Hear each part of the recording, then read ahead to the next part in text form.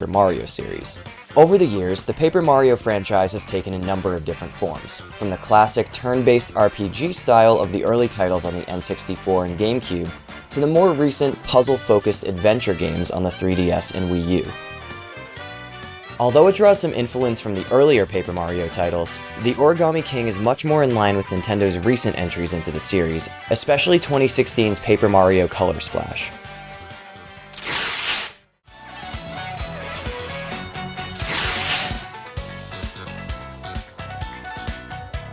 Paper Mario: The Origami King follows the story of Mario and his paper friends as they attempt to rescue Princess Peach from the grasps of King Ollie, a new villain whose goal is to fold the entire paper world into origami monsters to carry out his bidding.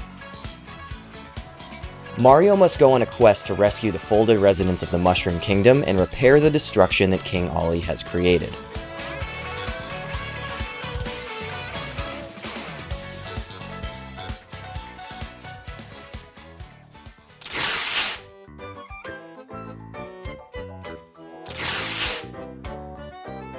The gameplay is primarily exploration-based. As you progress through the story, you'll find yourself navigating a variety of unique environments, solving puzzles, searching for hidden toads, and using scrap paper to repair the world.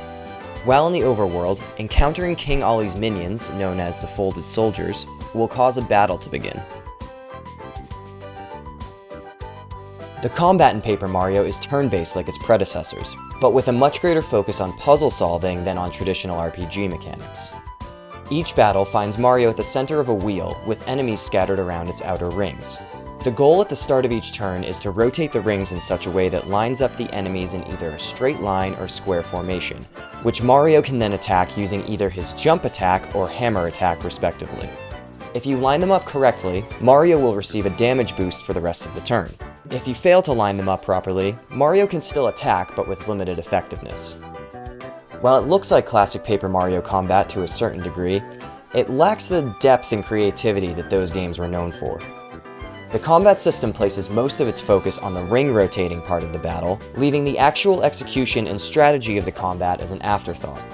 After lining up your opponents, you have very limited options to choose from for your attacks, with the only real variation between them being their area of effect. The challenge is intended to be in the puzzle-solving phase of the fight, but putting together a perfect formation of enemies is rarely difficult. Much like the other recent Paper Mario titles, the Origami King lacks any kind of real character progression or experience system. Completing a fight rewards you only with coins, which can be used to buy expendable items to use in battle. It's clear Nintendo's current direction for the Paper Mario series is to distance it from traditional RPG mechanics, but this decision causes battles to feel meaningless at times. Once you amass a large collection of coins, there's nothing to be gained from engaging in a fight, which causes them to feel tedious and repetitive. While the basic combat system leaves much to be desired, the game still has some strengths, most notably in its writing. The Origami King features all the same wit and humor that Paper Mario fans would come to expect. The localization of the dialogue is clever and charming, breathing life into what might otherwise be a neutral and straightforward gameplay experience. Every character you run into has something unique and entertaining to say, and the attention to detail in the writing has to be commended.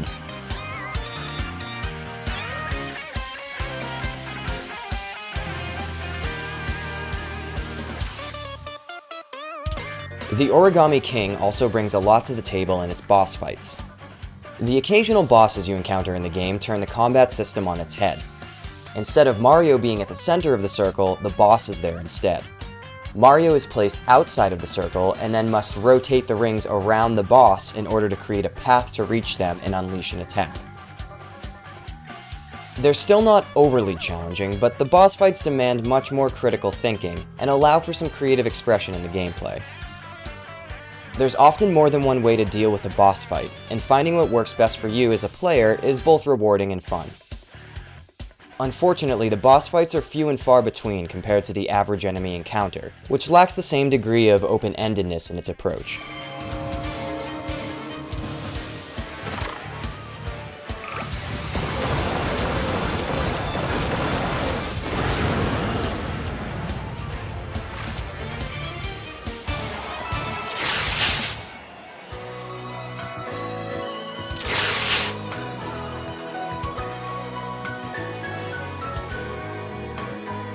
So, should you play Paper Mario the Origami King?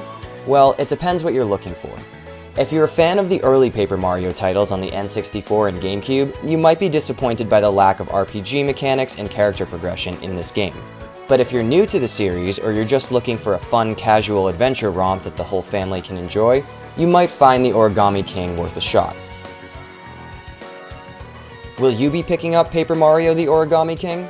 Let us know in the comments. And for more reviews and gaming coverage, keep it here on ESPN Esports.